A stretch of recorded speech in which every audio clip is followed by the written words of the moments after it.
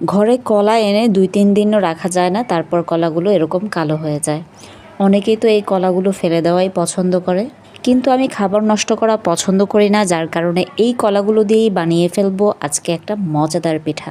আর হ্যাঁ, ভুলেও পণ্ডিতি করে এই ধরনের পিঠাতে ডিম ব্যবহার করতে যাবেন না, কারণ এই ধরনের পিঠাতে ডিম ব্যবহার করলে পিঠা যখন ভাজতে যাবেন, পিঠা সিদ্ধ হওয়ার আগেই পিঠাতে কালার চলে আসবে।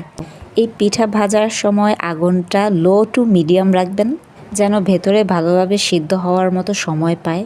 আমার এই ফ্রাই প্যানটা যেহেতু আমি আজকে নতুন ইউজ করছি, তাই পিঠাগুলো একটু কালার চলে এসেছে এক সাইডে। এটা কোনোই ব্যাপার না।